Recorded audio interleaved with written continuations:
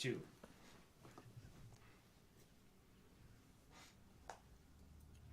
Isn't it playing anything? No. Damn. Oh. Oh. Hit it again. Let's redo this. Erupt. Yeah. Are we live? Yeah, we're live. Let's get it. You're now listening to Sport Champs. What is up, you guys? Welcome back to Sport Champs, Street Champs exclusive raunchy discussion show. To my right is my man Dave. Right in front of me is my man Chauncey. Yep. And Winston is nowhere to be found. This man is in a penthouse somewhere. Whoa, this is cutting in and out. Oh, you're good. Figuring out that's why we're so late. Technical difficulties, and because I got here late.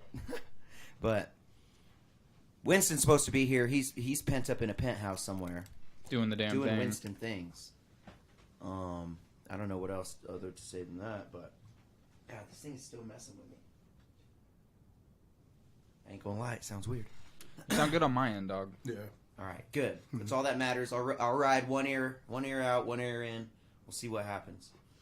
But let's, I don't know. Where should we start first? Good week. Good week on my end. Let's start with that. How was everybody's week? Good? It's Good really week good. on my end. Got to see you perform, and then secured tickets to BKFC. Whoop. So I owe you money for that. How much were they? $157. Okay, that's what the price was. Yeah, that's Am I after all Venmoing fees. you? Am I giving you cash? What's Whatever's good? clever. Where's my wallet? I should give you cash on pod, but my wallet's over there. It's all good.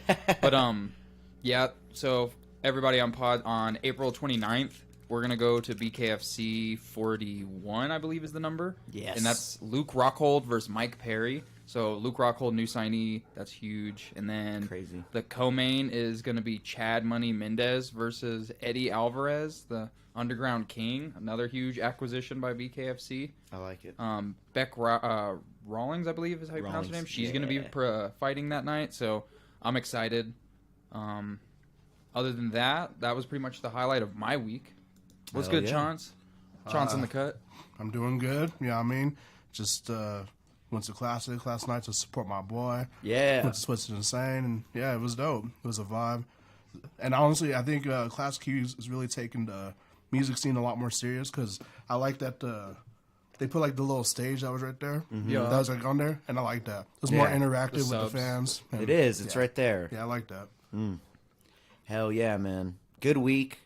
Productive week. Song drop. Crazy week. Song drop week. Today. Birthday week. Tomorrow's the Yer. birthday. We getting old, dude. It'd be like Shit. that. It'd be But like honestly, I love living life how I live. I'm going to still be wearing shoes like this. I'm going to still be wearing my Nickelodeon hoodie. And I'm 29. I don't give a shit. Like, that. Yeah. Yeah. I'm glowing up. And so are all my friends and my family. So I'm happy. That's You right. know, I'm happy. Thank you for all the early birthday wishes and all the birthday wishes I'll continue to get, throughout the weekend and stuff. Thanks. I'm thankful for all my boys around here. Shit. Boom, boom, boom. I don't know. I can't wait to just keep growing. Great week. I love the show. It was so much fun. Like, I love performing so much. I don't really get nervous that much at all. Like, it was kind of weird. I never got nervous at first. Like, when I first started performing, never got nervous. Ever got nervous. Nothing. Didn't feel anything. Nowadays, now I'm taking it more serious and actually, like, trying to make a career out of it. It's come into the form of I feel like I have to pee, but I don't have to pee. You know what I'm saying? That's the only nerves that I feel. But I don't feel physically, like, mentally nervous other than that I feel like I have to pee. But then as soon as I'm about to hit the stage, that shit goes away. It's weird. Damn, It's weird bro. how it comes and goes now. So had a little bit of that last night, but handling it well. Like, I never get nervous. Like, sometimes people shake and shit, and sometimes, like, I don't know. I just never get nervous like that. But that came last night. Overcame that. Had a great time on stage. Killed it. Had a lot of fun. At the end of the day, though, I'm never going to be satisfied with a performance. At least right now where I'm at. I enjoyed myself. I did good for where I've been and where I'm at, but I could always do better. You know what I mean? Never going to be satisfied. One day I probably will, but don't know when that day will be. I had a lot of fun, though. Hell yeah. So, good week, learning week. I'm learning, learning how to perform. Stage performances is a sport in itself, Oh, yeah. I don't know if people realize that, like... You have great crowd work. Yeah, Like, I amazing try, crowd work, man. yeah. I try. Sometimes you don't remember everything. And that's one thing that artists need to... And this is a sports podcast, and we'll get to sports in a second. But one thing for performers, if you're ever on stage performing, like... you have to perform for the audience. Like, you can't just go and let them know who you are. Like, you got to have them remember you. I don't know how many artists got up there and didn't even say their name. They just hit their song, just go up there and hit their song. Like, and I don't know if that's like a confidence thing or if it's nerves again. Like, who knows? Nerves come in different ways, but learn how to do that if you're hitting the stage. And I need to learn how to, do a lot of different things when I'm performing. So, learning week, fun week. Can't wait for the next week. Streams are still going up. Check out all of that stuff, all of the music. Dropped the Last of Us song today and last night. That's another thing about stage. I forgot to say on stage that song dropped at midnight and that it would be out. You know what I mean? Shout that it was out. dropping. And Shout out your DJ for blessing us with some verses, too. Oh, yeah. He yeah. killed it. Killed it, dude. Yep. Killed it, dude. Love Blitz. Not only is technically he's not a DJ, he's the sound engineer, and he's producing all my beats now, pretty much. While we're on the topic of your week, I can't help but to my remind you. homie. I got to remind you. So as mentioned previously on the podcast, the Ariel song has just been like hitting. Oh my hitting God. and hitting. But Ariel, on his own volition, showed it to Michael Venom Page. Last Wednesday, showed it to Michael Venom. Fighting MVP. this weekend. Fighting this weekend. We're gonna be talking about that. So that's just Fighting this. That's he another showed awesome the song thing. to MVP. Yeah. And put me on again. Put me on the show again. It's the fourth time I've That's been why on the I'm show saying now. we got to make 4 times. We gotta we gotta get into the studio and just start making shit happen. You're already there, but Let's just keep working. Eventually, we're gonna have an Ariel Hawani interview. I'll ask him later on down the line when Sport Champ's a little older, when we have more, when we get more, when we keep growing. I'm gonna get Ariel on here. That'll be our gem. But that's the thing, especially when you make music. Like, I have a lot of unreleased songs. I have a song that's almost a year old, but I'm holding on to it. I don't want it to release because it's so good that I know it has crazy potential, but right now where I'm at, it's not going to go where I want it to go because of where I'm at. Yep. So I need to save it to where I build up and climb higher, then I release it, Yep. and then it gets the traction it actually gets. true. Or it should get, I guess I could say. So that's what I want to do with this Ariel thing too, because Ariel follows me now, his moderator follows me, and his sound producer follows me as well. So Dang. the only one I'm missing is one other producer, and that's GC. Shout out GC. I'll get a follow eventually. It's crazy. I don't know. He showed it to Michael Venom Page. So out of everything, MVP, which the reason he did is because MVP DJs himself, and MVP is going to make a remix of my remix. That's gonna be insane. So I'm going to message Ariel here in a little bit. I already messaged the sound producer. I didn't get a reply, but I told him I will send MVP the track stems. We'll track those. We'll get those stems out to MVP so he can make a remix of it. Fire. 'Cause that's what you do when you make a legit remix. You need all the track stems and all the undercut stuff. Also, this past week that we got to talk about, we got to react to that crazy UFC card. Yes, We had a crazy UFC card. giant upset. Boom! Hit the soundbite. I like Crazy. it, dude. Here, I'm gonna. Now it's starting to. Now that you hit the sound, hit me another. Give me a whistle real quick. Yeah, I'm putting the headphones in, Damn. dude. I So have to. there's a lot of sports things that are occurring right now, so it's going to be hard to condense this episode and really talk about all of it. But before we dive into MMA real quick, a few footnotes of things that are occurring worth mentioning. The whole John Morant situation is just getting worse.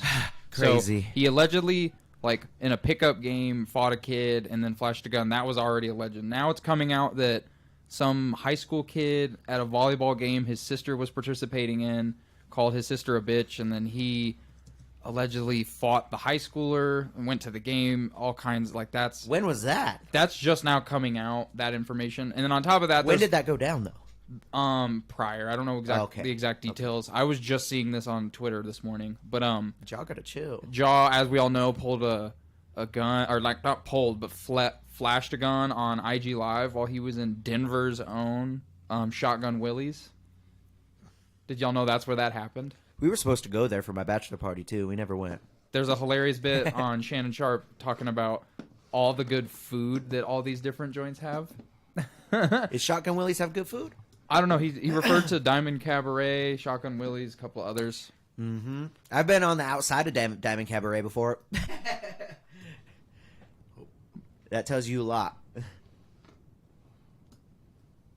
Yeah, see, there's some... It's alleged. I don't know the exact specifics, but he's alleged to have, like, had an altercation or an interaction with the 17-year-old. Yikes, dude. So you can't be doing that, Jaw. I just feel like with all the things that are going on against him, that are like stacked against him, he really needs to like watch his P's and Q's and like really try to like be a good example moving forward. Because it's like, just because you're good at basketball, which everyone agrees you're really good at basketball, doesn't mean that you should be above the rules, you know?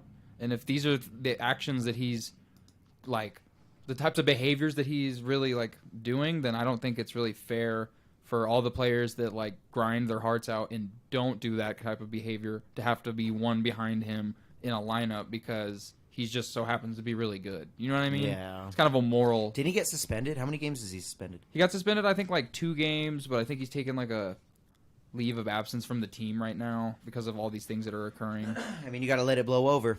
Yeah, it's tough. I wish the best for him, but tough. It's just like, dude, you can't be acting like this. You can't. Not as a professional athlete. Mm-mm. Outside of that, there's huge. The number 1 draft pick today was just traded to the Carolina Panthers for beyond a bag. So basically, the Chicago Bears traded the Carolina Panthers the number 1 overall pick in exchange for the 9th overall pick in this draft, the 61st overall pick in this draft, a first rounder next year, a second rounder in 2025, and then their best receiver, wide receiver DJ Moore. That's dude. Everything. Chicago just fleeced Carolina. They did, dude. That's insane. Well, honestly, Carolina needs a quarterback, dude. They had It makes to do sense. They had to do it. Yeah, it makes sense. I wonder how Carolina fans feel about that. I really do. I wonder how Carolina fans feel. I'm gonna be pulling up the chat on my iPad. So if you guys are hitting the chat, I'm gonna be pulling it up right now. I've been checking it on my phone as well. Nice. So both of us have the chat up. We got Chauncey in the back too. Yeah. Doing the damn thing. But We got D-Man in there. other than What that, up, D-Man? was good, dog. I'm trying to think of some other sports-related, non-MMA news. There's not a lot that's jumping out to me, but I guarantee you it's just going to like come back to me really fast. Because I've been sending Winston, every time I see something that I think is worth talking about from now on, I'm sending to either Deryk or Winston. No I hesitation. like it. I have some for basketball. Let's Nice. Markelle Fultz is shooting better overall than Stephen Curry, Damian Lillard, and Kyrie Irving this season. He's having a career best year in point per games, field goal, 3-point average, and everything else. What team is he on? Magic. Nice. Wow. Okay. get it. That does not surprise me. I wonder how long his contract is with the Magic. Because if you're doing that, where are you going to go after? Other Where's he long signed? Other basketball news, breaking news. Kevin Durant just like rolls his ankle in a warm up and is going to be out a minute. He's going to be reevaluated in 2 weeks. How do you feel, Phoenix? You got like a game from this man. Kevin Durant is so talented, but with his body type and his age, it's just he's too fragile. Unfortunately, he hasn't played. I don't think he's played but like 40 plus games since he like won the ship with the Warriors. He has not played a lot of games. That number's definitely wrong, but if you think about the amount of years he's been removed from his championship run, and he hasn't even played like 100 games. Let me take my hoodie. Here's the footy. Ooh. You can see like right as he goes to step for the jumper, watch his left ankle. Here it comes, right there. Ooh, we don't want that. And then other breaking news, because this is stuff I've been sending. He's got it right here too. One more time, big screen. Hopefully we don't get in trouble for this. Yeah. Oh, I hope not. Let me stop it. Yeah. Maybe we should. They're just So Maybe we should. some other breaking. We just don't need that. Yeah. We already. And if you guys didn't notice last time, we definitely got hit with a copyright strike, and our video was taken down for a good amount of time because of the UFC. So again, because of the magnitude of topics that there are to Show talk my belly about. on pod. Oh yeah, just because there's so much MMA stuff to talk about, I'm just kind of breezing through some of these. I got you. Go ahead. So another breaking news. So the Ravens are placing Lamar Jackson on a non-exclusive franchise tag, which basically means they're not giving him a new contract. The contract implies they're paying him 20% more, but other teams can match the offer or offer him more money, and then now the Ravens can choose to match that or not. So they're basically they're trying to do what I would say is the safest way to shop Lamar, which is insane. That's This man, wild. he's an MVP. He's got a playoff win, so he's not like a playoff woe by any means. Granted, he's only played like 12 games the last 2 seasons because of his health. You know, he keeps getting hurt. Mobile quarterbacks do not fare well on long term. It's never like, if you think about it, it just always they take running back like snaps, but they're not built to take running back hits. So that accumulates. So they maybe are thinking that like is it worth it? Because he wants a fully guaranteed contract. He wants a Deshaun Watson-esque contract. And the reason that this is the reason this is actually kind of breaking news in a sense as well is what's his name?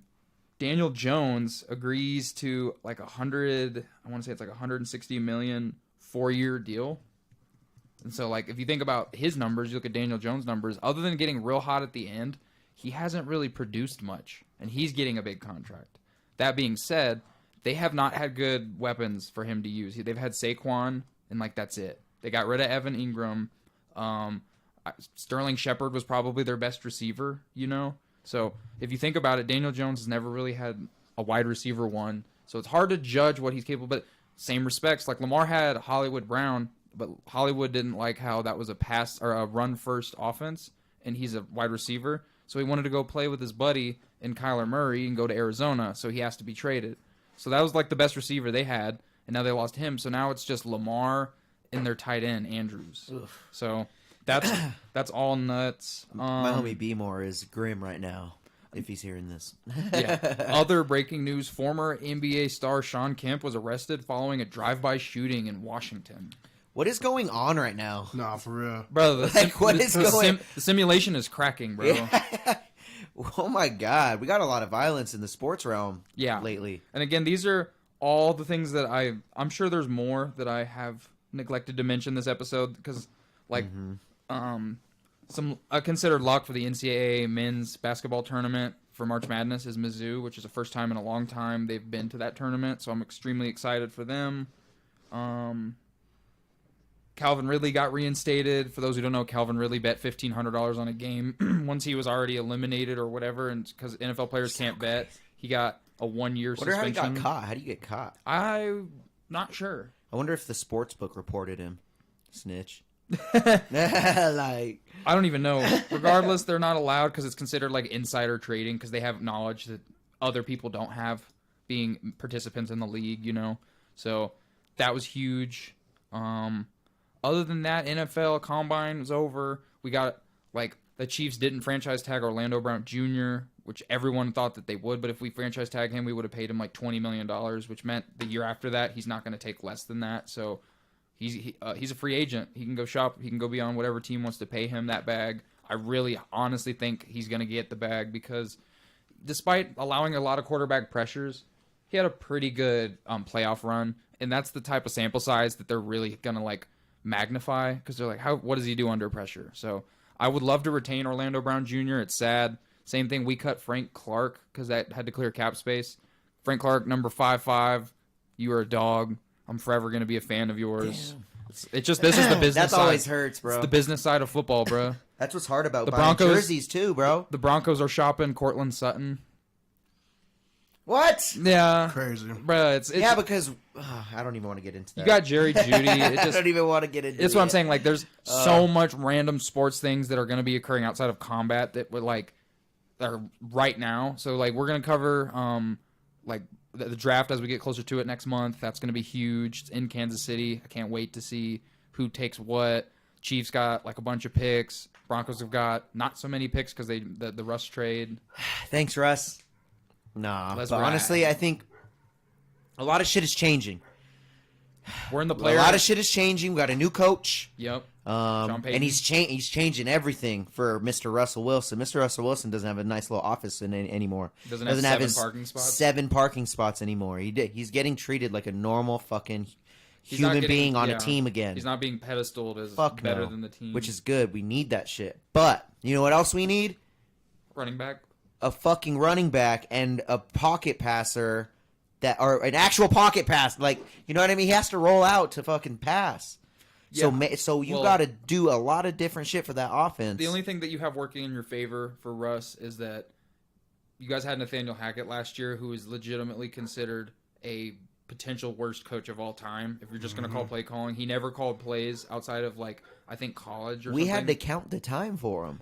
I mean, I said it before, and I'll say it again. Y'all got him because y'all thought that was going to be an accessory to acquiring Band-Aids. Y'all thought you were going to get Aaron Rodgers because Aaron Rodgers loved him. But it is what it is. It wasn't meant to be. You guys have a lot of upside, but you guys, the Russ thing, for the amount of money, you guys are either going to ball out with Russ this year and he performs and he keeps his job, or y'all are going to take a significantly less cap hit to get rid of him after next year. That's what y'all are in for. But if you guys want to know how it is, basically with a few seldom exceptions, pretty much every quarterback that's leading these teams, like Patrick Mahomes, Joe Burrow, like all these other ones, there's some outliers.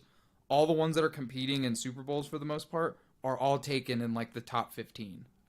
You go get your quarterback is The Broncos have been very fortunate in the fact that they took an all-timer in Peyton Manning and had the best offense ever with him, and then followed up with the best defense or one of the best defenses of all time. So they kind of got a little complacent because they were like, oh, we can take an older waning quarterback, put him in a great system, and go win. And that's basically what the Broncos have been doing with the exception of the Drew Lock draft pick in the second round, which again, that's not quite going and getting your guy, and then Paxton Lynch. But Paxton Lynch is just a bust, simply put.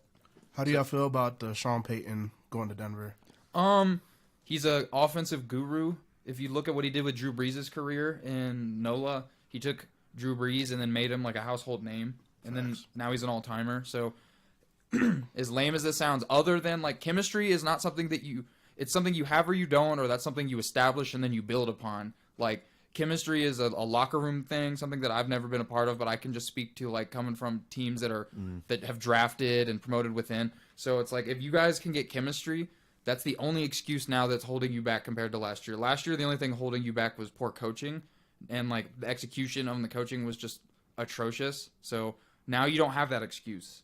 You know what I'm saying? And I'm not saying it like it was an excuse. I'm just saying the only odds against your favor is chemistry. It's a question mark. He's a very competent coach, Super Bowl champion.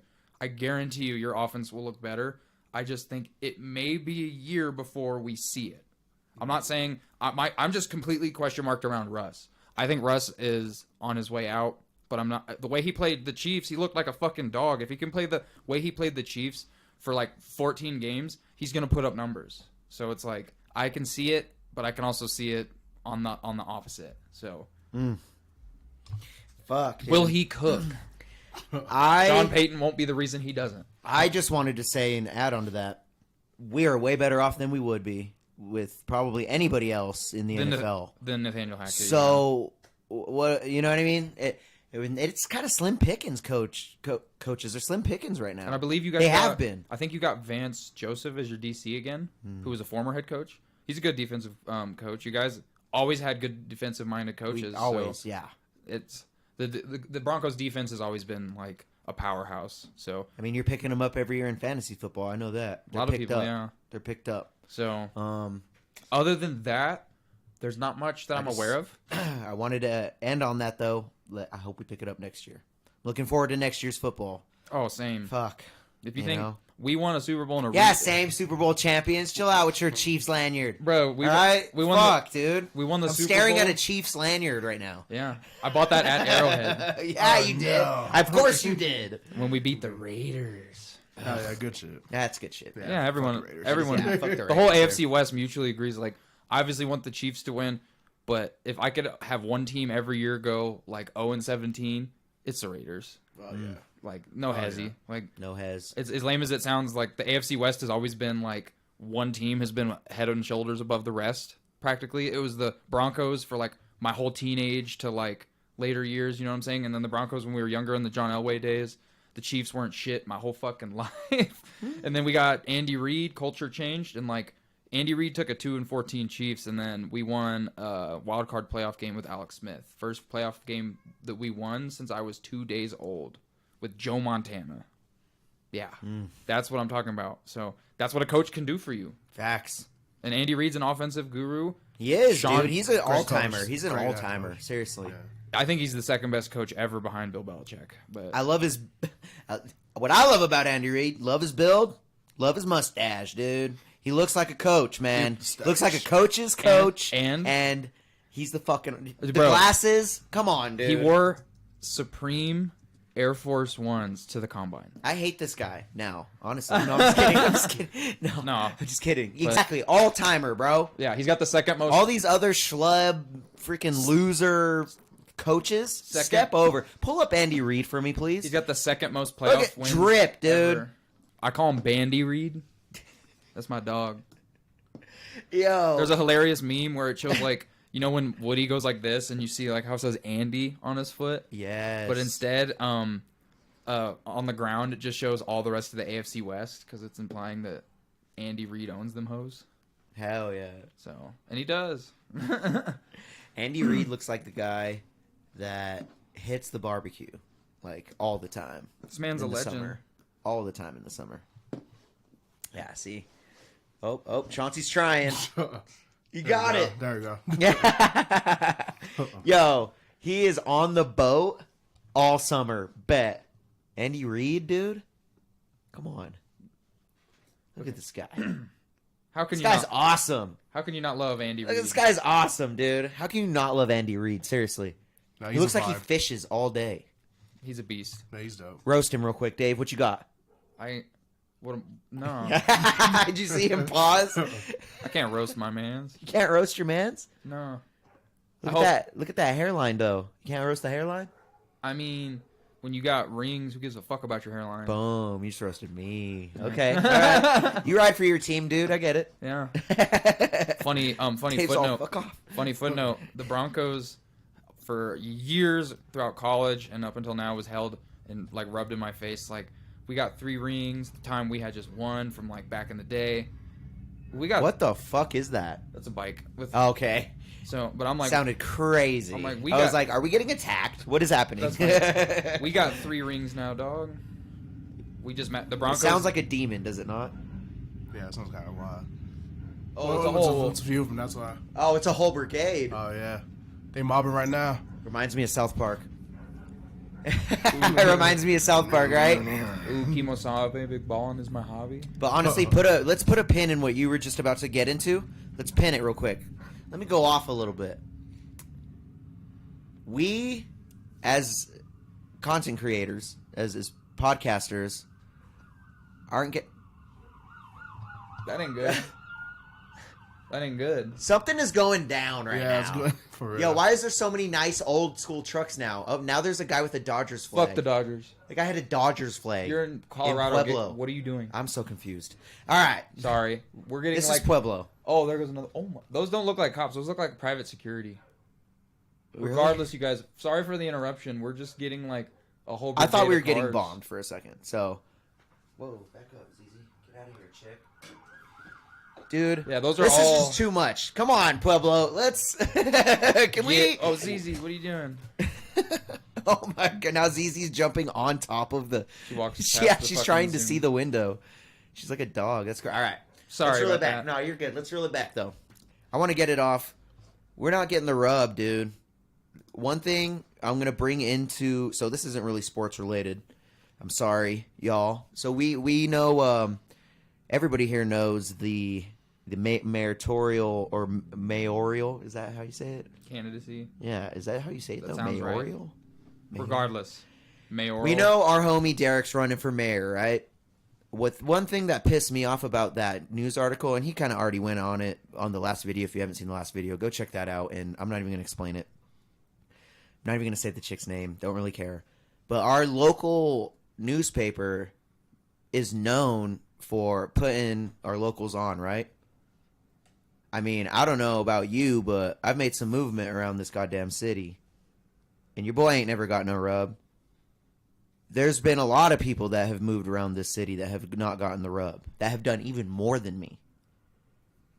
It's crazy what they choose to put on it, and it's crazy what they don't choose to put on it. But I just wanted to say, for this reporter to boil our channel down to raunchy discussion all the time sickens the fuck out of me. Because honestly, yeah, get her off the soundboard and shit. Watch out, ZZ. Come on, I'm getting it off, ZZ. It really sickens the fuck out of me because this reporter is probably watching this right now. I really hope you're watching this. She probably didn't even make it this far. I wish I brought this up in the beginning of the podcast. But you want to sit there and watch all of these shows go on every week, but then downplay them like we're just talking about raunchy bullshit the whole time? We have a sports channel. I don't know if that chick knew that. One of the channels is literally we talk about sports the whole time.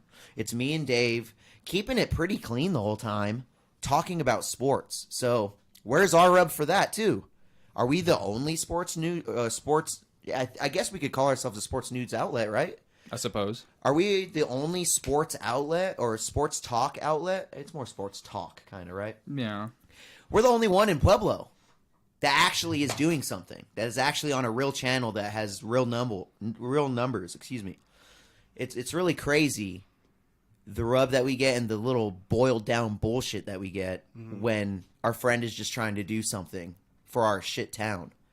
Because that's one thing that pisses me off too. Like, yo, hey, Mr. Reporter, you want to sit there and not talk about our shit town that we live in that has gun fucking violence every fucking day in it? But then you just want to talk shit about, like, if you guys read the story, it's crazy, kind of, the way they write it. You know, because all of us know what happened in that interview. One of our best friends was in the interview and told us everything that happened in it. So we know what happened. We know how it was. We know what the tone was like. She was here while he was chilling in his house, smoking a blunt. Like, that's how chill it was. But then to spin it a different way is very crazy to me because you haven't even put any of us on in a positive light. The first light you put us on is some bullshit. You make us look like shit. I sit here every week and I talk about sports all the fucking time. So what the fuck are you doing? Like, you're just... And honestly, it's not even against her personally. She's doing her job, and she did her job really good, to be honest. That reporter killed it. You know, I give credit where credit's due. You did a really good reporter's job, but this is my bounce back to you. You know what I mean? We're fucking doing shit here. I don't know if you realize that, but there's a lot of people that really tap in with us. I don't know if you, and she's probably laughing about the views and shit that we get on our sports podcast. It's okay. We're just starting out, but we make real work, and we're here every week. We're here every week and just wait until something happens and something pops. And that's really what I wanted to touch on. I hate that she boiled it down to we're just some piece of shit podcast live streamers that just talk about raunchy bullshit all the time. Hey, we have a sports podcast on here too. We're part of this channel. We're part of this family. So you need to include that too. Why didn't you put that in there? You want to just boil us down to raunchy bullshit? I don't know what we're doing here, but we haven't talked about shit here other than sports. So, and my concert, and like we talk about our life stuff too. But don't get it twisted, lady. Like more than raunchy conversation. More than raunchy conversation. That's the biggest thing that pissed me off. All right, I told Deryk before he even went for this mayoral shit, like or whatever, however the fuck you say it. I told him before, like, yo, you're gonna get flack, dude. Like this is. I told him like you better stay focused on the pod because. All your time's going to be focused on that, and you're going to fucking get a lot of rub because you're this fucking young kid trying to come in here smoking blunts and fucking going for mayor and shit. I told him that shit already. But for them to slander us like that, it's not even really slander, but for them to put us in that certain light really pisses me the fuck off. That's what really got to me. Like, We're here every week, dude. We're Yeah. really doing shit. Like, what are you doing? You're probably your job, your 9 to 5. Cool. Go watch Netflix at home and shut up. Like, I work a 9 to 5, and then I come here and do my podcast shit, and then I do my music, and then I promote my music, and then I fucking have a family life, and a house that I fucking take care of, and a car that I take care of. And for you to just boil us down into this little box that you want to put us in, go fuck yourself, all right? So I've never really supported the Chieftain because they've always been shit anyways. And I think we all kind of know that here. Like, they're a very biased newspaper. They like to put shit that this is all newspapers. This is all fucking old publications anyways. All of them do this. They're just, I don't know. I'm kind of going off crazy, but Not with the times. you're not with the times, man. You don't get it. You don't know what's happening in front of you. And it surprises me because Deryk brought to light that they're all around our age. Mm-hmm. And it's crazy because they wanted to throw us together with it's crazy that I have to explain what jokes are. Like, it's crazy that I have to explain that we're trying to do a little comedic relief here. You know, maybe not on this channel, but on our Street Champ show. Yeah, very satirical. Yeah. Very satirical. And I'm going to even put in the title of this Sport Champs thing, lashback, or I don't know how I'm going to word it, but no Pueblo Chieftain's going to be in the title. You know what I mean? Like, I really wanted to touch on this because, motherfucker, we are not just some little bullshit fucking online YouTube streamer. Fucking no, we're really doing things here. Like, what are you doing? What are you doing? Oh, you work for a dying publication? You work for the oldest newspaper in Colorado? Good job. Wow. In 2023, you work for a newspaper. And you want to say we're not doing anything? Wow. That's ironic, isn't it? Because you're not going to be here in 10 years. And where are we going to be? Yeah. Glowed the fuck up. That's what pisses me off. Like, get out of here, bro. Like, I ain't gonna have some shitty newspaper tell us what we're doing isn't good. Yeah. And try to spin it in this dark light just because it is a candidacy piece. Like, and they do this with everybody. But I don't want to be thrown in with that bullshit. I ain't running for mayor. I'm doing shit right here. Like, and I'm supporting the fuck out of my boy. I want him to do that shit. But you can't throw us in with that shit, lady. Put us in there as they also have a sports podcast in there where they talk about real shit. And they also, even on our raunchy discussion podcast, talk about real shit. Like how Pueblo has shootings every day. Like how our city council doesn't do shit about it. Like how our city council doesn't even live in our city. We've talked about that shit before. But you just want to focus on the raunchy stuff. Fuck you. Now, I wanted to bring up one more thing with the Chieftain. It actually has to do with our homie Chauncey over here. I've known the Chieftain as, I don't know, very... They're a shitty newspaper, bro. They charge people for their newspapers and they don't deliver them. They do all this shit. Like, get out of here with that. I know you have a personal story with them as well.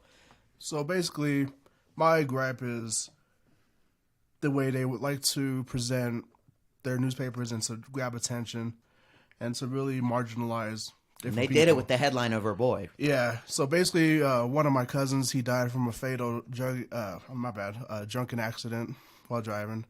And basically, I didn't even get to tell y'all this, but they basically just like told the whole news and put everything out before the family even could read about it, which is a really big thing. They didn't get in to media. the kin. Yeah, like especially in media, it's a big thing that happens a lot.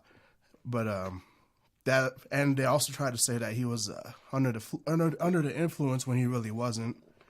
And then they're even pointing in different things, saying like he was somebody from the east side, and then grew up. Touch on certain shit. Yeah, you know, I mean, Just, just putting stuff in there. And I know it's kind of part of their job to like add the spice and add different things to grab attention, but nah, families out here. But yeah, it was a shit that was just real shicey about him that I don't know. I ain't really with all that. Yeah, no, man. Just gross mischaracterizations. It is, man. Like, you don't have to put that. You just say a Pueblo man. Like, he's a fucking human being. Doesn't matter where the fuck he lives. Exactly. Because this whole town is fucking ghetto. You know what I mean? We live in a ghetto town. That's where we are right now. And if you don't see that, I'm very sorry you don't see that. There's very good parts of our city, but it's in the ghetto. You're in Pueblo. And it's not going to change until something changes with our city council and whatever the fuck they do with this mayor position, because they're already talking about whatever the hell. It just, I don't know. It pissed me off, and I really wanted to talk about it on our sports podcast because we're really doing shit here. Now let's change the tone and go back to sports. I just wanted to put a pin in that and actually go off. Wish Deryk was here so he could be here to talk about it too, but I just had to go off there for a little bit because we're not just some fucking losers in a fucking room.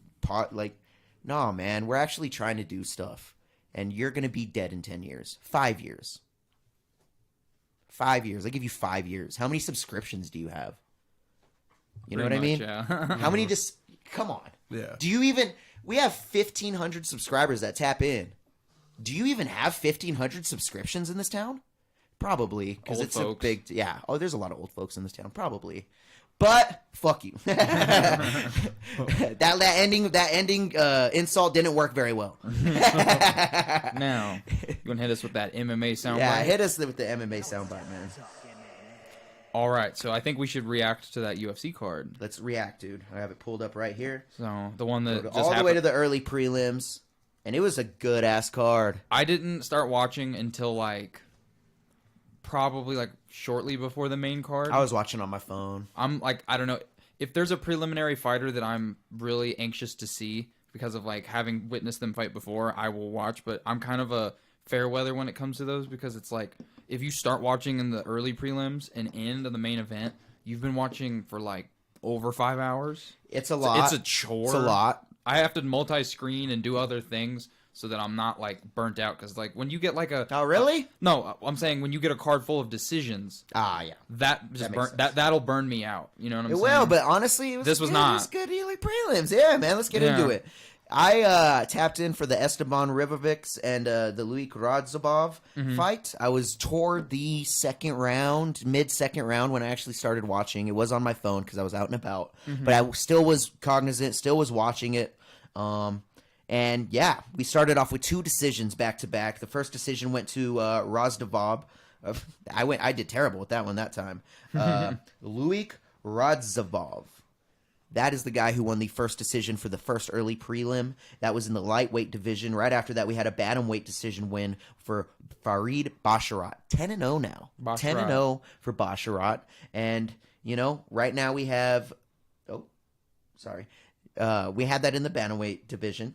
Right after that, we had a women's strawweight bout. That ended not in a decision, all right? That was Tabitha Ricci getting a submission over Jessica Penne.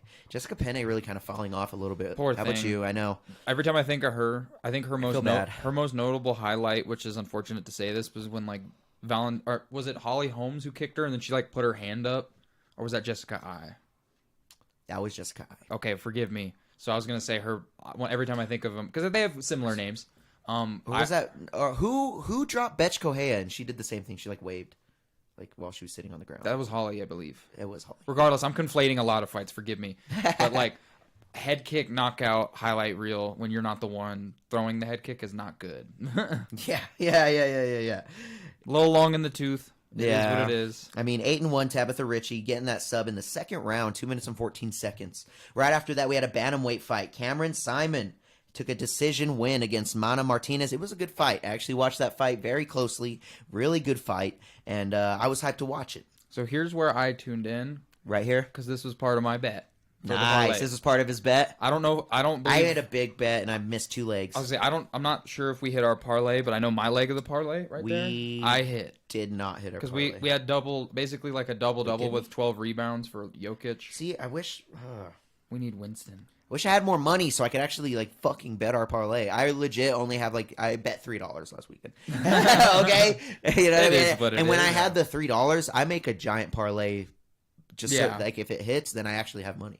You know what I mean? But I go for the big wins. But Ian Gary's fight versus Kenan Song was a barn burner because at the beginning, Kenan Song dropped Ian Gary, and when I was watching that, beating his ass. I was in the first "Oh round. no, please don't!" And then same. Ian Gary got his wits Gary together, was able to do the damn thing, got the TKO in the later rounds. Shout out Ian Gary, you're such a bright young prospect.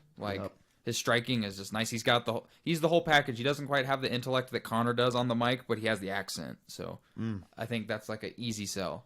Yes, dude. Great fight.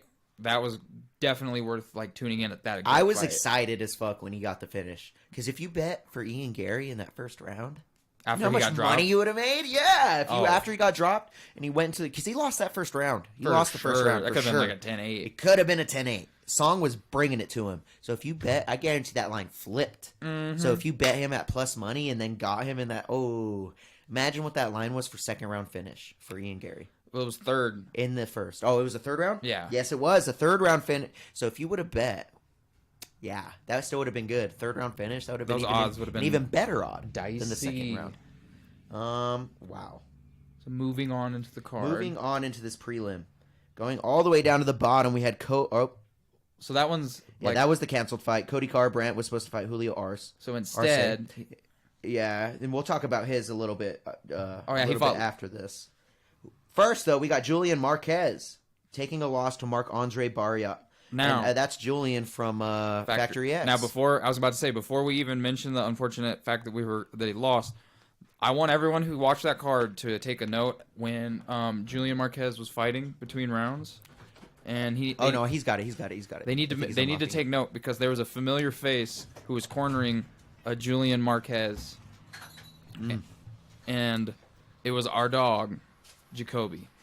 In the corner at UFC.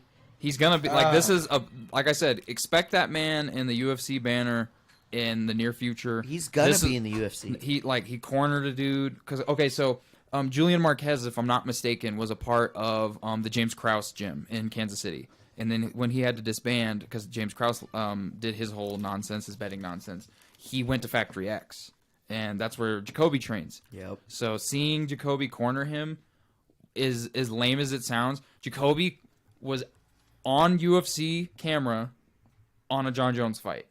Nice. That's just so I'm so happy for him. Like, as and soon as he fighting in LFA, getting in front of Dana White in that moment. Like, you can't tell me that isn't just positive for like his future. Mm-hmm. As soon as Jacoby Jones hits the UFC, that man becomes my favorite UFC fighter. Yeah, he's my favorite fighter professionally right now because he was my neighbor and he's like a really good friend. Yeah, dude. Like, shout out Jacoby. Shout out Jacoby. I'm happy for you, dog. And he actually is running a wrestling class out of Factory X now, I think. I seen him post about it. So check out Jacoby Jones, Big Toe MMA on all your platforms. That is the homeboy, the street champ. And I don't know. Let's get back into these fights. Happy for him in the corner. Sad for Julian Marquez for taking a KO loss in the second round. To a dog, though. But honestly, to a dog, Marc-Andre Barriat. And I don't know what else to say other than that, man. Right after that, we had Viviane Araujo taking on Amanda Ribas. And we had another decision, but Ribas taking the win, 11-3. Giving Viviane Araujo that number 5 on her record. Right after that, we had Dricus du Plessis have a good fight against Deryk Brunson. Did you see that fight? I absolutely did. And the thing I want to say about du Plessis is he's so talented and ferocious, but after 5 minutes, that man is huffing and puffing. So, do you know why? Broken nose, can't breathe out of his nose at all. Oh, he gets no airflow through his nose. Has to breathe through his mouth. I never knew that. That explains it because every fight you see him in, he's just mouth breathing, heavy. Yeah, so that's a big topic on him. They always ask him, why are you mouth breathing so much? He has no airflow through his nose. He was actually supposed to get surgery before this fight. Got this big opportunity to fight Deryk Brunson, and he was like, "Fuck, I gotta fight. I can't get surgery." So now he will be getting surgery on his nose after this fight. He has the money to do it. He has the time to do it. Mm-hmm. He's gonna get this nose surgery and then come back to the UFC. Well, thank goodness. Thank goodness. It was a good fight. Yeah, it was a good fight, but he got the TKO in the second round. Deryk Brunson right at the end. Deryk Brunson had his moments though. Like when they were doing the stand up, like when Deryk Brunson would land, it just looked vicious. But I think Brunson is also a victim of he's so like immensely powerful and like he's so capable of using his power in moments that he throws it all heavy because he goes for the finish. He has that kill switch, and then once he exerts that power, it just doesn't come back. It's not back. It's gone. He has a. It's weird. Derek Brunson's like never in a boring fight. I'll give him super credit for that. Mm-hmm. Giving him credit. All right, this is a question. Should we give Cody Garbrandt credit for his win over Trevin Jones? We have a decision win. One of Cody's, I don't know. He hasn't had a decision win in I don't know how long. Yeah, Dominic, right? So I'm super ecstatic with the way he performed. He needed this. So like seeing him look like he started doing his showboaty shit, and I was just like, Cody, fucking stop, dude. You have my thing is like, don't do that shit against a guy who's 13-10 now. Like he was 13-9. Like he doesn't have the best record. Like you're not fighting a run of the mill guy. Like shout out to Trevin Jones. Like I'm not trying to discredit you at all. You'd beat the shit out of me, but you're 13-10 now. Like how can I don't know. It's like it was I was happy for Cody because he's one of my favorite fighters in the UFC, I would say. Like, no, he needed that. Back in the day when he first came onto the scene, dude was up there for me. Mm-hmm. But, you know, I'm sad to see him. He needed to do that because Trevin Jones is a dog, you know, but that doesn't do anything to doesn't earn him. Do anything for me. Yeah, he earned no brownie points. It's just as us like these you didn't need a knockout or anything, but we have to applaud that he didn't stick to his like once he became the champ and like fought Dom, he became a little too high, or he had like confirmation bias in his hands because we all know Cody Garbrandt's fast and hits hard, but he kind of developed that mentality like take one or like I'll take one and I'll give one per se. You know what I'm saying? Because he was so confident that like if I hit you, that's all that I need, and I'll just take your punch and then wither through Mike it. Perry mentality, and that just. He's not built like that. Like, nope. And so Mike Perry's the only dude built like that. This is the first time in a couple of his fights, other than maybe the Rafael Sunsao fight, that we've gotten to see Cody not blitzkrieg and just abandon all defense and then just start like swim hook fighting. You know what I'm saying? Because he loves doing it. Excuse me. And he's a very competent striker, but to see him wise, you know, again against a dude that was like he should beat, he has no excuse to lose to. But the key to victory to beating Cody is just punch him as hard as you can. And the fact that he didn't allow that as best he could shows me that he's at least maturing, hopefully. Because I want to see him back in title contention. He's that like fun to watch. Will he ever earn that accolade? It's to be determined by his fighting. You know, he did say though that his life had been in a serious turmoil, and that he's finally in a straighter path. I didn't want to like really read what he was going through, not because I refuse to like acknowledge it, more so it's just like it could be something to do with alcoholism, it could be something to do with like family drama, and like that's stuff that like I understand he was willing to reveal that at a press conference, and kudos to him to like speak into like his demons per se, but I'm just like a firm believer in separating the art from the artist, you know? Yeah. So facts. I just want to applaud him as a fighter and as a person, and thankfully if this is maybe if that was the delineating factor that kept him from being like the fighter that we all came to know and love, then so be it. And hopefully that we continue to see these performances. Facts. But slow roll him, UFC. Slow roll him. I know he's going to be chirping to like fight a top 10 guy. Let's not do that. Let's chill. Let's just keep him in these prelims, pretend like he never did what he did, and then try to like bring him up to be like what we know he can be. And if he doesn't perform, then that'll be on him, unfortunately. And to keep on that topic a little bit of streamlining someone through the UFC, let's talk about Bo Nickel getting a submission win over Jamie Pickett. Should that guy be streamlined through? Yes. Oh my God. Now hear me out. But again, let's look at this opponent's record: 13-9, Jamie Pickett. So Bo Nickel had a grappling match with oh God, I can't remember his name. He's that jiu-jitsu like god. Oh, I seen it where he suplexed him. Yeah. Well, I don't. Gordon Ryan. Yeah, where he suplexed him. So Gordon Ryan won, but Bo Nickel, who is a insane athlete, one of the best pound for pound wrestlers on the planet, I would say, because like granted he didn't go to the Olympics, but that suplex was nasty. Collegiate wrestling is unparalleled. I don't think any other athlete works harder in any sport. I'm sorry. That being said, Bo Nickel against homie looked competent. He looked mad. He good. He didn't look lost. The only way Gordon Ryan, when he got him, it was like on an explosive, like he like exploded for a triangle in a moment where it's like it was just like that. And homie went from in guard to being in a triangle. You know what I'm saying? Welcome to Gordon Ryan's fucking There's not world. very many human beings on Gordon Ryan will kill you. Bro, Gordon Ryan, he wrestled it's too good. Or he grappled the Mountain or whatever his name was. Destroyed him. Yeah, and he's much smaller human being. Like 200 pounds. He's pound for pound, I would say the best. 200 pounds on him. Yeah, Gordon Ryan beast. So Bo Nickel has I'm on Bo Nickel's bandwagon. I like Bo Nickel. If you throw him the right top 10, top 15, or just a guy who's a predominant striker, Bo Nickel puts his hands on him. It's over. It's over. He like did. Bo Nickel's so good. Hell yeah! You know who else is good? Mateusz Gamrot. Gamrot. Another decision win. This time over Jalen Turner. Man, I was riding with Jalen. Same. Wanted him to win. Wanted the steam train to keep steaming on along. He still looked good. He still looked good. He looked good against Gamrot, but Gamrot is Gamrot, and it's hard to beat him. 22-2. He's really hard to look good against. Dude. Really hard. Really hard. He has his game plan, and if you're fighting Gamrot's fight, you're losing. And that's exactly what Jalen did. But shout out to Jalen Turner, still one of my favorite fighters, too, in the UFC. Absolutely. Now let's talk about Jeff Neal, 4 pounds overweight, getting a good fight done against Shavkat Rakhmonov. You know, he looked. I mean, Jeff Neal, when he would land, it was good. But I also heard a rumor that Jeff Neal had an injury or something, which was a problem. Which is what echoed into his weight cut. Oh, really? I didn't hear about that. I didn't hear the specifics of it. I don't want to pay it too much merit. But that being said, I really genuinely thought Jeff Neal. I was like, this dude hits so fucking hard, bro. All he has to do is and Shavkat Rakhmonov is a zombie, bro. That man is a zombie. He ate everything that got thrown his way, and it was unfazed. When another example of a dude is a beast. Another dude that gets in there where he's gonna fight you no matter what. 17-0 now too. Now, I don't think Rakhmonov. If you go to the welterweight, pull up the welterweight rankings if you could, because he's gonna replace Jeff Neal in said rankings, and then every single person in front of him is a bad matchup. I think the only dude ranked above him moving forward that looks good and that I would love to see is Wonderboy.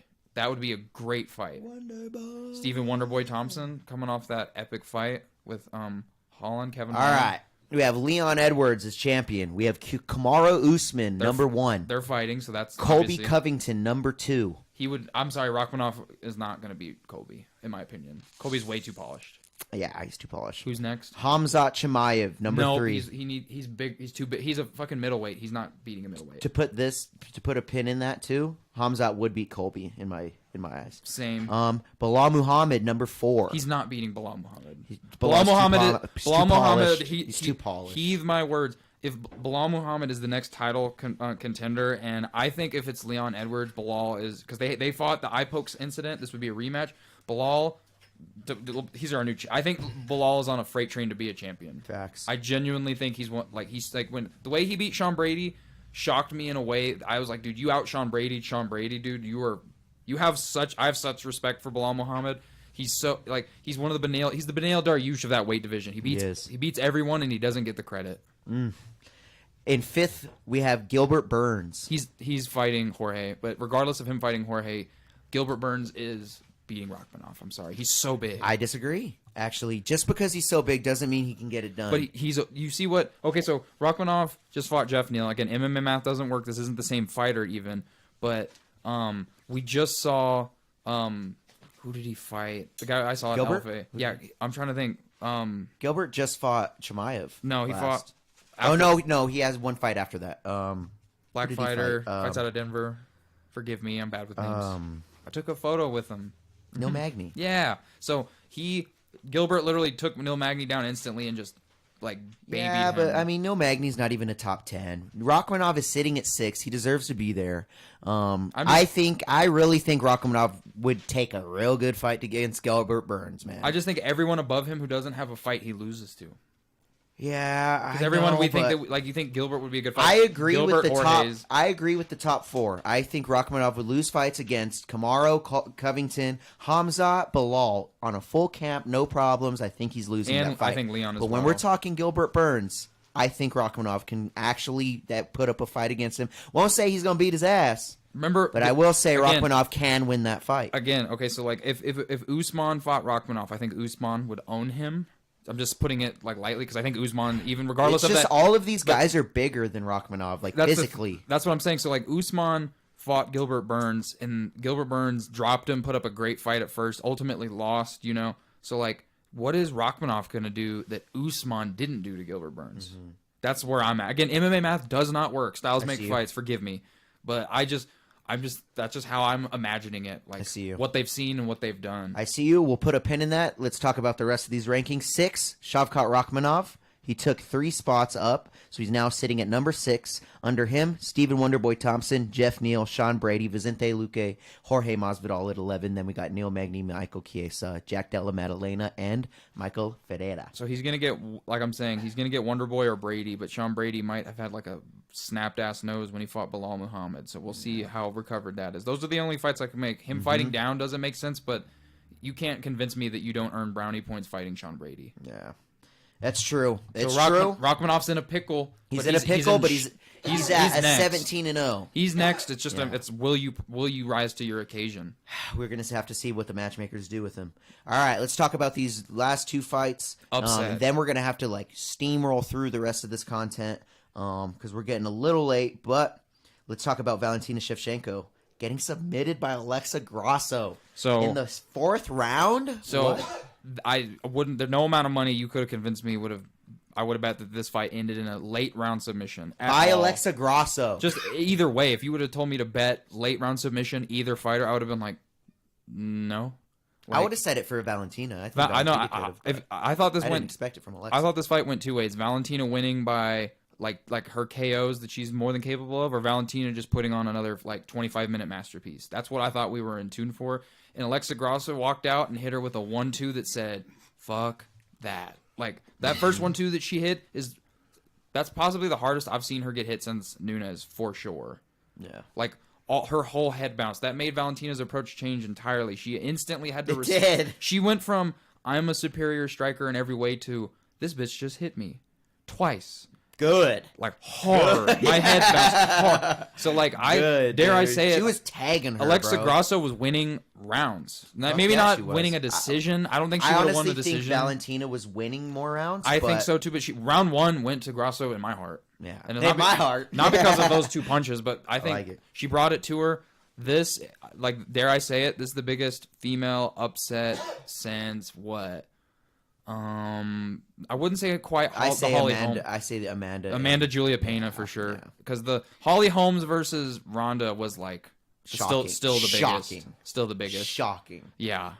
We were freaking out. Yeah. When we were watching together, we were freaking out. I actually didn't watch that with you. Oh, really? Yeah. Which one did we watch where we were freaking the fuck out? McGregor Aldo. No, McGregor Aldo. That one, and we McGregor Aldo. It was Amanda Nunes versus Ronda, the 48-second TKO. Yeah, we watched that together. Yeah, but regardless, Valentina Shevchenko. One thing that sucks is so they don't give you new belts now in the UFC. They just give rubies. You, that was going to be her last ruby. She would have gotten the new ruby that would have either gave her a new plaque or maybe an extra belt. I don't know what the UFC would have done, so that sucks. But if the UFC doesn't do an automatic rematch, I would be offended. They need to do a rematch. You have the best, I'd be offended. Regardless of this loss, I still think Valentina's the best at that weight ever. She's 23-4. It's just her first loss at that weight. She couldn't find a good fight for years. And Alexa Grasso, no one was up to her par. So Alexa Grasso, now we have 2 official UFC Mexican-born champions. Woo! Yeah, her and Brandon Moreno, and then you have interim champion a year. That doesn't count as far as a full-blooded champion for now. But if he can somehow beat Volk, which we'll get to that when that day comes, then you'll have 3. This is insane. This is like Mexico's never been stronger in the UFC. Hell yeah. Let's talk about John Jones destroying Cyril Gane. Destroying. I'm gonna say I have 2 really hot. Destroying. I have 2 hot takes, and they're gonna be back to back. One's quick. Hit both of them right now. Hot take 1.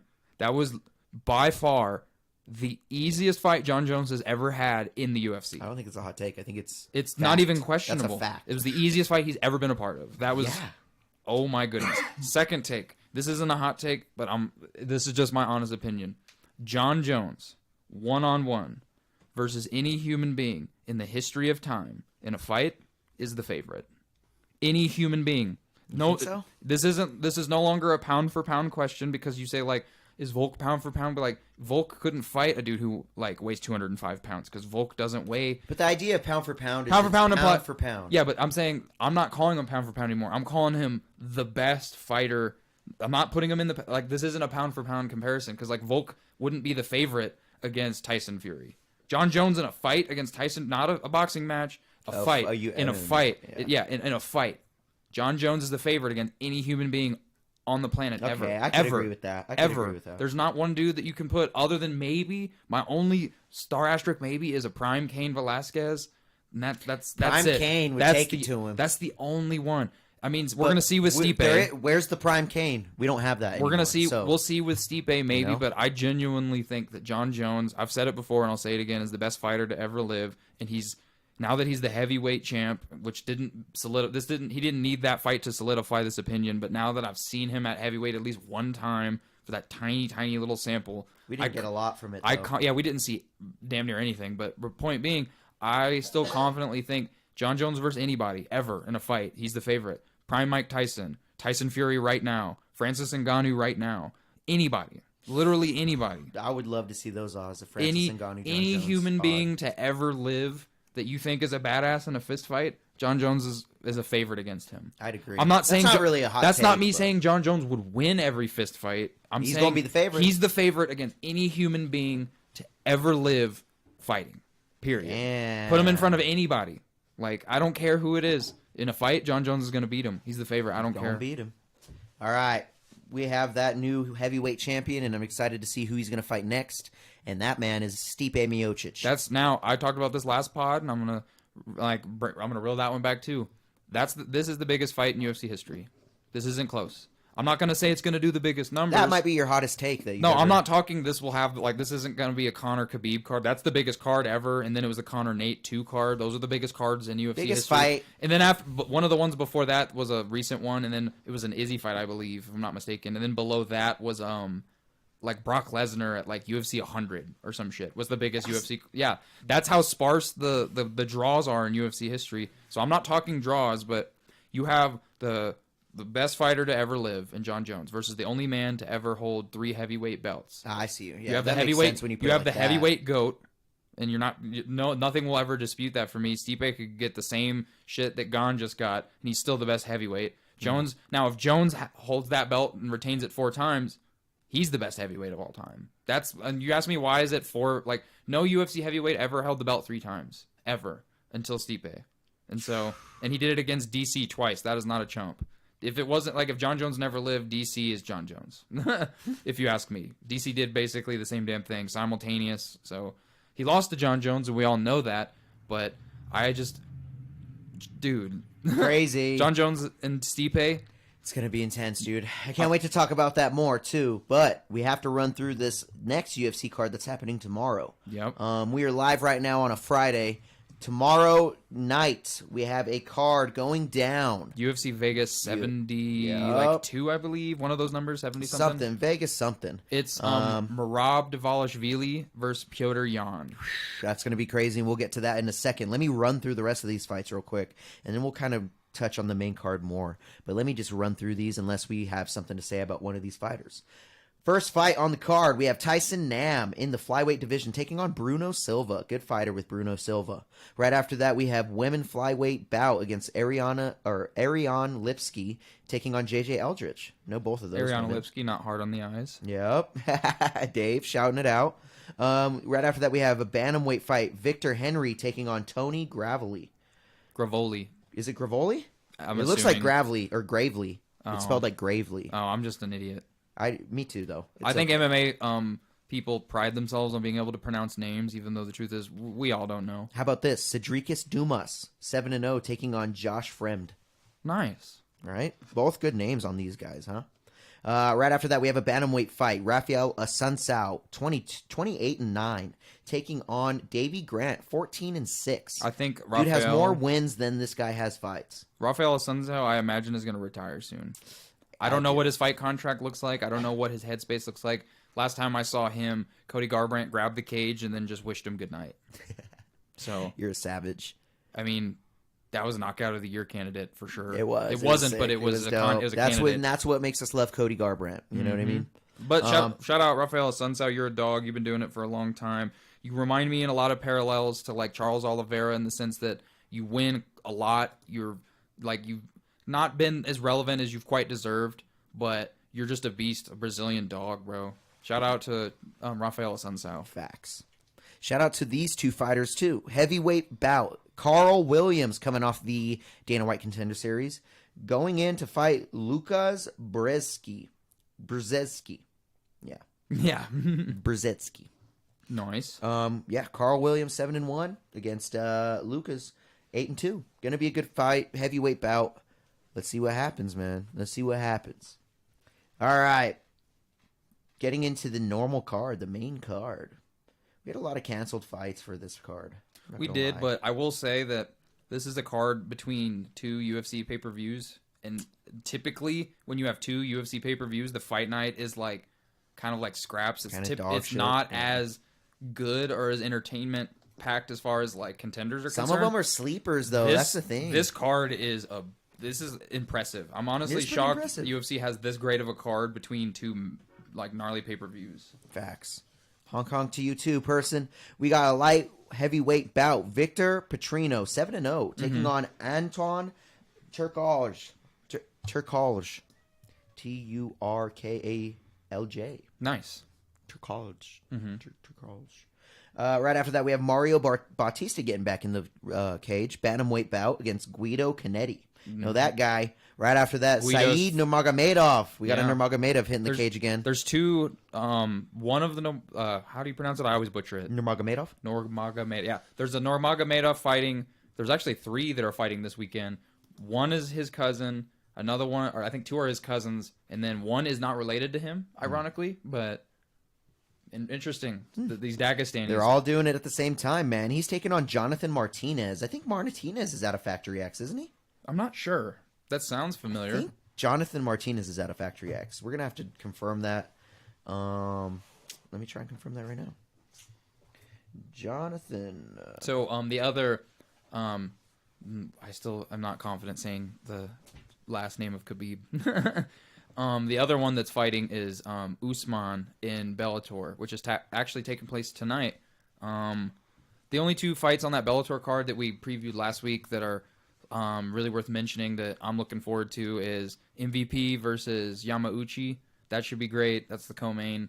And then for the main event, you got the Grand Prix lightweight bout between Usman Nurmagomedov. So I was wrong. Jonathan Martinez fighting out of Texas. There you go. So Usman Nurmagomedov is fighting against the legend Benson Henderson for the first bout for the lightweight belt. Did you see the line on that?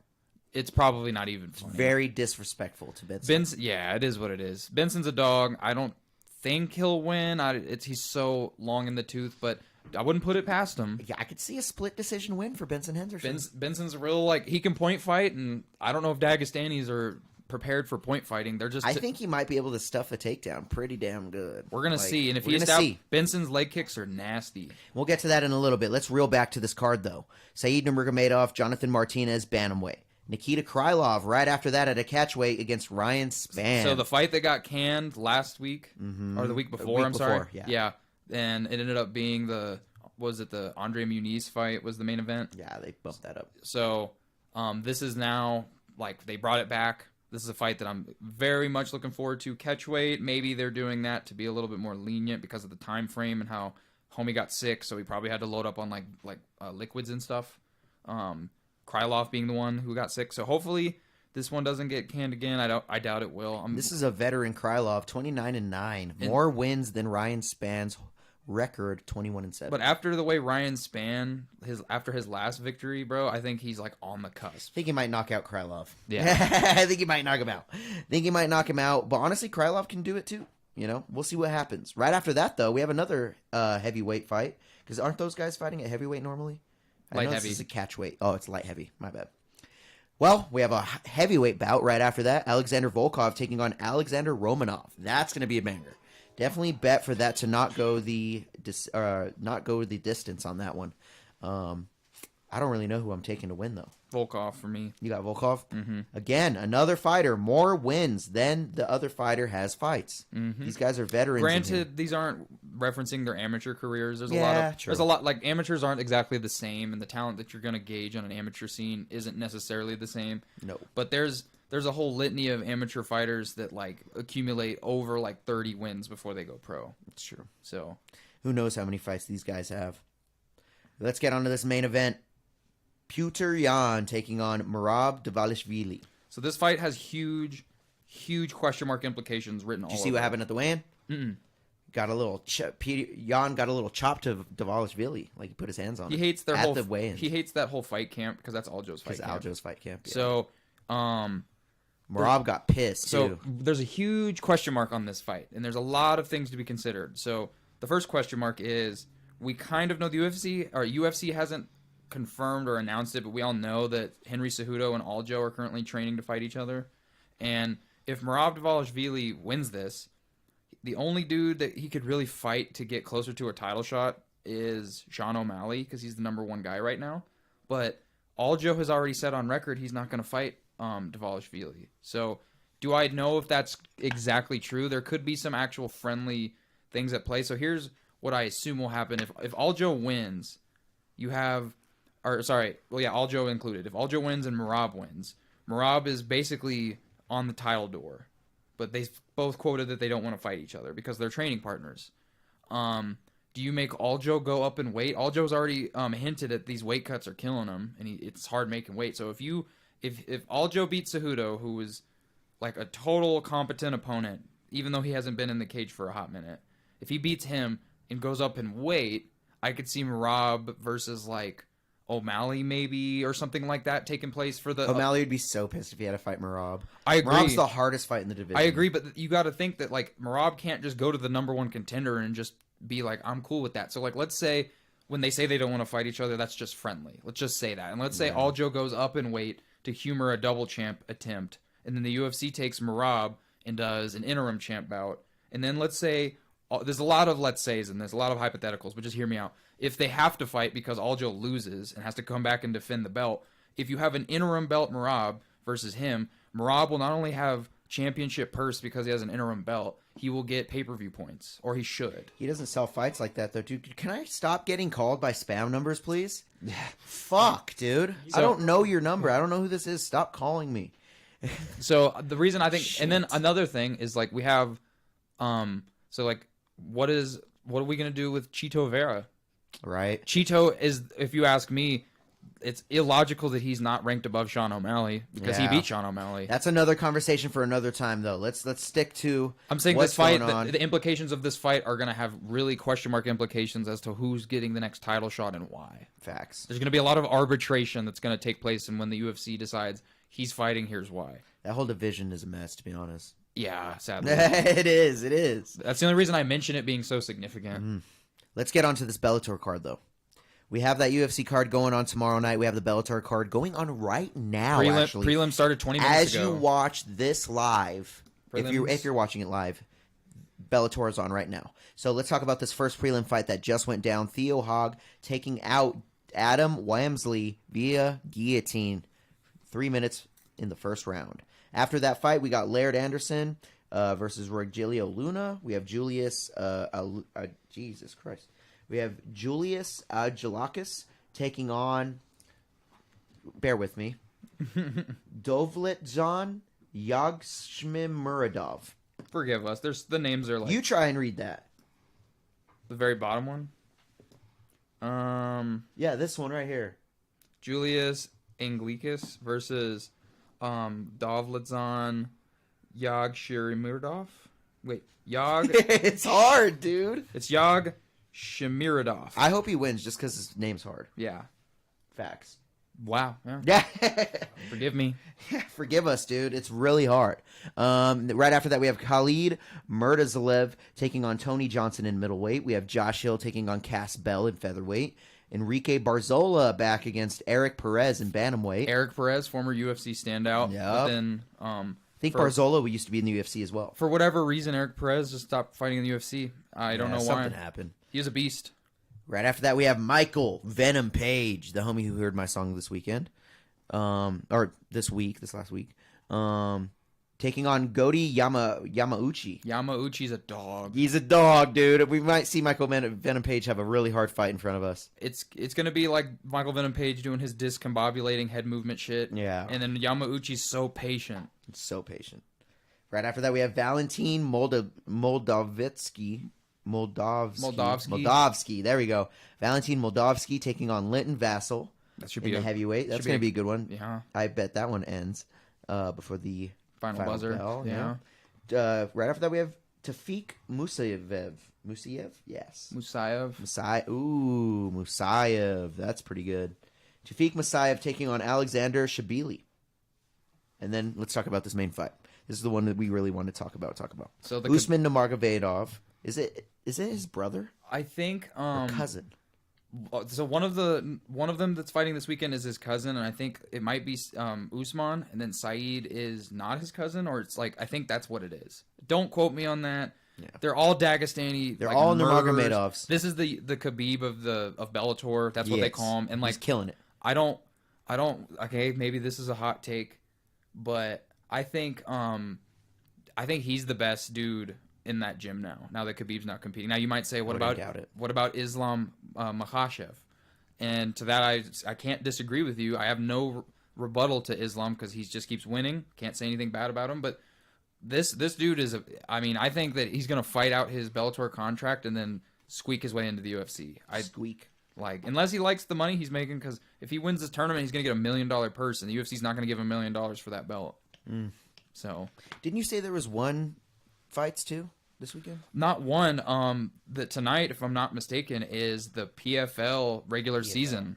So let me pull that up. I believe we'll pull up the PFL. I believe fight. Shane Burgos is making his debut in PFL. Oh, really? Let's pull this up real quick. PFL. If I'm not mistaken. I don't see nothing. Give me one moment. Don't see nothing. What else we got going on? Yeah, it's fight day. We do have Ryan Garcia and Gervonta Davis having their... Oh, yeah. Now it says Challenger Series, though. So maybe it's another Challenger Series, and I'm Gotcha. mistaken for the regular season. Regardless, Got PFL this weekend. it should be back very soon. Got Gervonta Davis and Ryan Garcia chirping. Been seeing them? They were chirping, dude. You see them at the press conferences at all? I would say pull it up, but probably get flagged for that, so it's not. I believe, if I'm not misreading this, PFL actually, the season starts April 7th. But still, we got that upon us. There is PFL fights, Challenger Series. It's their Contender Series equivalent. Let's look at these NBA standings before we get out of here, too. Because I think we're still at the top. Let's go Nuggets. Oh, yeah. Ended on that. We actually got Deryk in the room, too. Dude, I went off for you in the middle of the sports pod. Bro. I did go off for you, dude. Thank you. Ask them. I was going in. I wish you were here to talk about it, but we're going to get on. We'll get on to it at the Street Champs one, but for sure. Basically what I kind of said is, like, I hate that she boiled us down.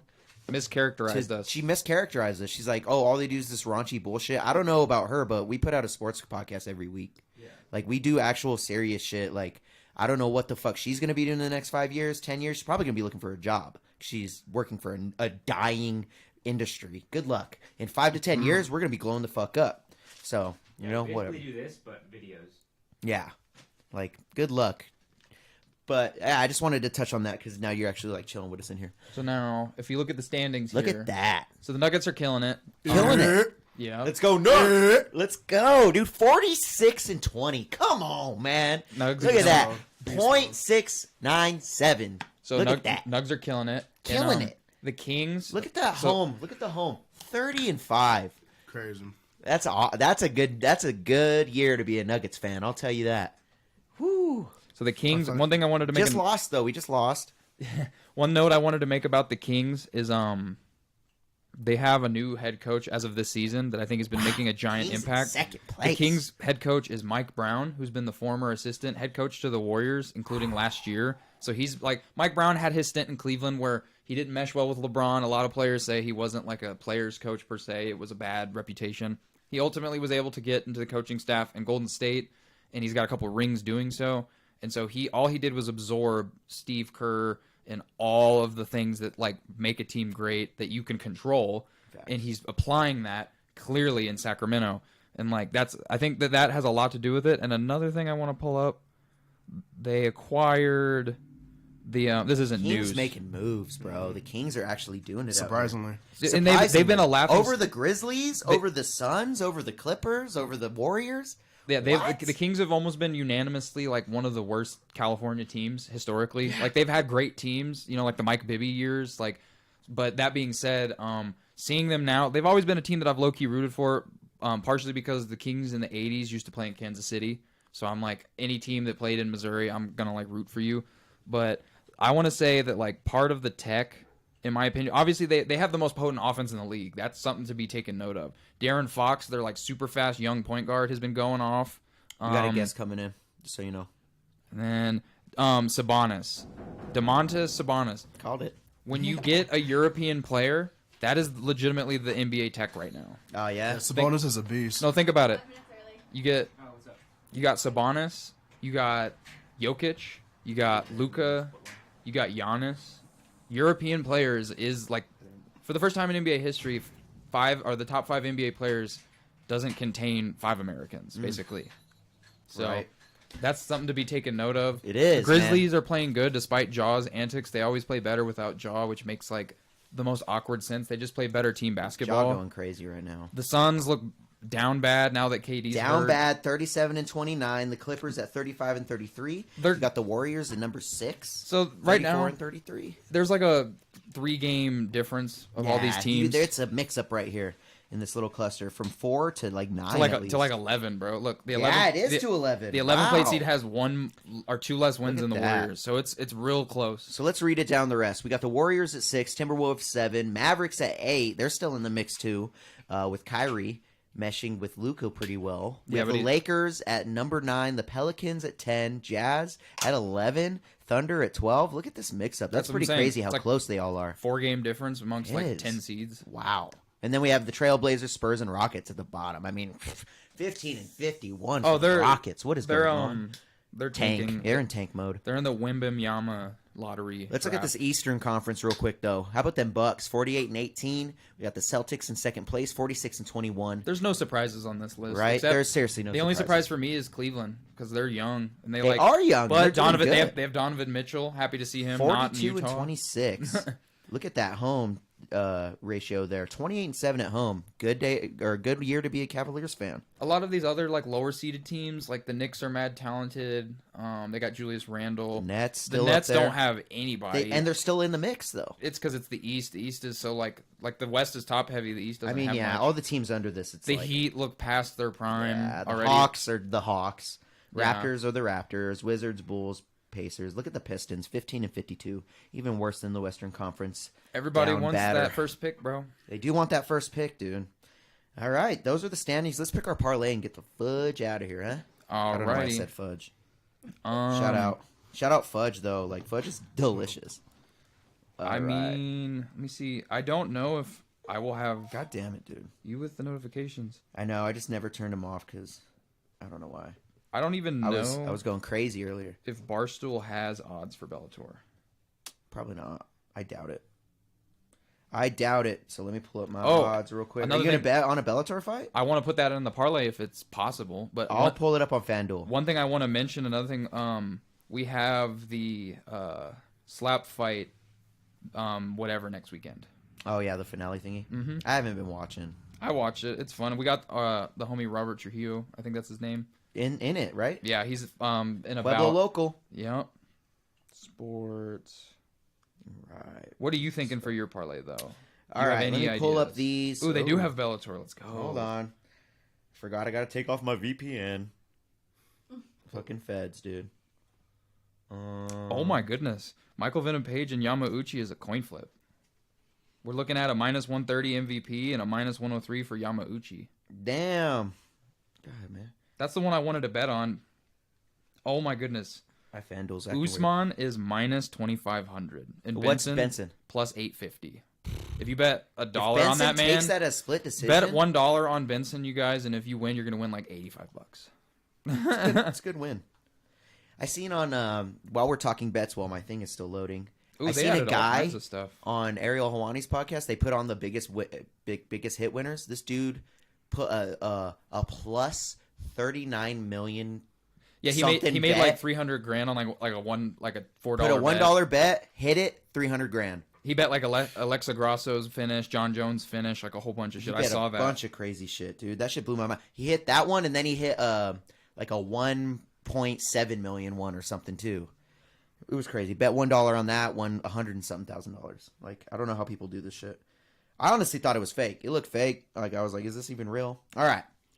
I'm looking at the line for Volkov and Romanov. I'm going to see what they have that for not going the distance. Probably going to pick it up. Alexander Volkov versus Alexander Romanov, minus 280, did not go the distance. In my eyes, good parlay piece. Yeah. Picking that one up, minus 280. Throw that on there. Yep. What are you thinking, Dave? I'm kind of torn because I like the MVP Yamauchi odds, kind of, because I feel like that fight's going to end in like a KO. But like, you almost got some pretty juicy odds. So like Ryan Spann is plus 143 and Nikita Krylov is minus 180. That might be a juicy one. Another one. A juicy one. Dvalishvili is plus 210 and Piotr Yan's minus 275. I think Merab's going to take this. Especially same fight camp that's fought that dude twice. If Merab's more like... if Aljo can do that to Yan, Merab can do that to Yan. Okay, like, so that's all I'm going to say. So throw Merab, Dvalishvili to win at any time. Let's see what those odds are. Wow. You want to pick him up? The underdog. Yeah. All right. Plus 220 on FanDuel. Merab Dvalishvili, money line. Anytime. What does that mean? It means like he's going to win. I'm not specifying the outcome. You're just, okay. Right now, just those two legs, we're at a plus 334. That's juicy. That's juicy for those two. All right. What are you thinking, Chauncey?